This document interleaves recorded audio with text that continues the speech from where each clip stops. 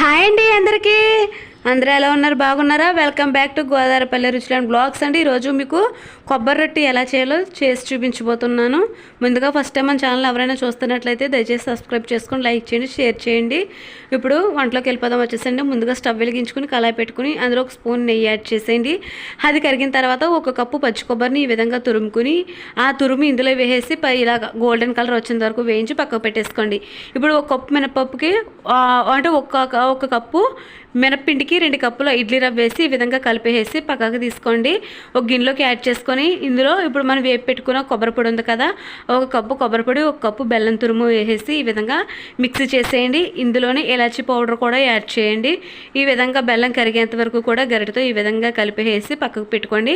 ఇప్పుడు స్టవ్ వెలిగించుకుని స్టవ్ మీద కళాయి పెట్టి ఒక స్పూను నెయ్యి యాడ్ చేయండి. నెయ్యి కరిగిన తర్వాత అందులో కొంచెం ఆయిల్ కూడా యాడ్ చేయండి కొద్దిగా వేసి ఇది హీట్ అయిన తర్వాత మనం ప్రిపేర్ చేసి పెట్టుకున్నాం కదా కొబ్బరి, ఇదంతా కూడా తీసుకొచ్చి ఇందులో వేసేయండి.